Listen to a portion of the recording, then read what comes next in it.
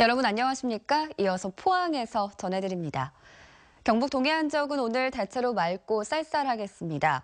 아침 최저기온은 8에서 11도 분포로 올가을 들어 가장 낮았고 낮 최고 기온도 18에서 19도에 머물겠습니다. 바다의 물결은 동해 전 해상에서 0.5에서 3m로 동해 남부 먼바다에서 오전에 높게 일겠습니다. 태풍 피해가 컸던 경주와 포항에선 휴일에도 복구 작업이 진행됐습니다. 하지만 피해 지역이 넓어서 완전 복구까지는 시간이 걸릴 것으로 보입니다. 임재국 기자가 보도합니다. 태풍이 휩쓸고 간 경주의 한 마을입니다.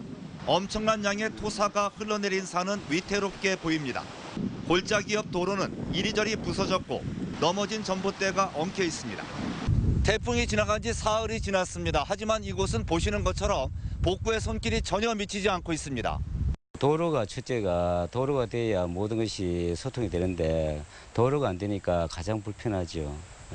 인근 마을은 도로에 토사가 쌓여 여전히 통행이 제한되고 있고 수돗물 공급도 원활하지 않습니다. 식수가 제일 급하고 지금 장비를 많이 투입시키가 빨리 해야지 공사를. 해야 사람 소통되고 댕기든 하지. 복구 작업도 곳곳에서 이루어졌습니다. 길이 무너진 마을엔 중장비가 동원돼 흙을 붓고 다지는 작업이 한창입니다. 긴급하게 전선을 연결해 태풍으로 중단됐던 전기 공급도 재개됐습니다. 토사와 쓰레기가 쌓인 해안가에는 장병들이 투입돼 정화활동을 폈습니다. 우리 해병대는 국민이 원하는 곳이면 어느 곳이든지 가장 신속하게 출동할 준비가 되어 있습니다. 태풍 피해가 복구되어 지역 주민들이 일상생활로 조속히 복귀할 수 있도록 전력을 다하겠습니다. 경상북도는 지금까지 7,300여 명의 인력과 장비 380여 대를 동원해 주택과 농경지 등 사유시설 82%, 도로와 하천 등 공공시설 49%에 대해 응급복구를 마쳤다고 밝혔습니다. MBC 뉴스 임재욱입니다. 경상북도는 오늘부터 내일까지 울릉도에서 무료 법률 이동 상담을 실시합니다. 경상북도는 오늘은 울릉읍 사무소에서 내일은 서면 사무소와 북면 사무소에서 법률 상담을 실시하고 행정심판과 불합리 규제 개선 업무 등 법무 전반에 관해 주민들의 의견도 수렴하기로 했습니다. 경상북도는 지난 2011년부터 대구 경북적 변호사를 무료 법률 상담관으로 위촉해 무료 법률 상담을 해오고 있지만 울릉도에서 하기는 이번이 처음이라고 밝혔습니다. 영덕군은 정부의 공공비축미국 매입 계획이 확정됨에 따라 오늘부터 산물별을 시작으로 올 연말까지 공공비축미 수매에 들어갑니다. 올해 공공비축미국 매입 물량은 40kg들이 8만 포대, 3,191톤으로 산물벼 3만 7천 포대, 건조벼 4만 3천 포대입니다. 공공비축미국 매입 가격은 수확기 산지 쌀값을 조국으로 환산한 가격으로 결정되는데 수매 현장에서 1등급 기준 포대당 4만 5천 원을 우선 지급하고 차액은 매입 가격이 확정되는 내년 1월에 최종 정산합니다. 이달부터 봄철까지 미세먼지 농도가 높게 지속돼 주의가 필요한 것으로 나타났습니다. 경상북도 보건환경연구원이 최근 3년간 미세먼지 농도를 분석한 결과 10월부터 미세먼지 농도가 서서히 증가해 겨울과 봄철까지 고농도가 지속되는 것으로 분석됐습니다. 경상북도는 비상 상황실을 상시 운영해 고농도 미세먼지 발생에 즉각 대처하고 미세먼지 주의보 SMS 수신자 확대 등에 나서고 있다고 밝혔습니다.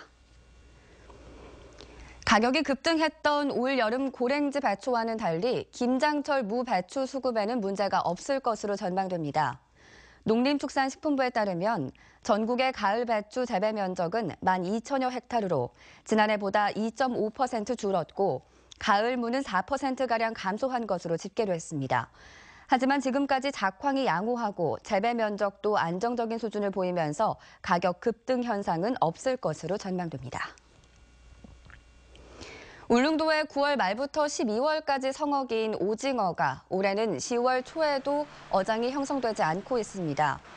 울릉군에 따르면 중국 어선의 싹쓸이 조업 등으로 올해는 어획량이 역대 최악이라는 지난해보다 부진합니다. 이에 따라 9월 한 달간 어민들의 수익은 지난해 9억여 원에서 4억 9천만 원으로 절반 가까이 줄었지만 판매가는 20마리 한 상자에 4만 원 선으로 지난해보다 10,000원 이상 올라 소비를 위축시키고 있습니다.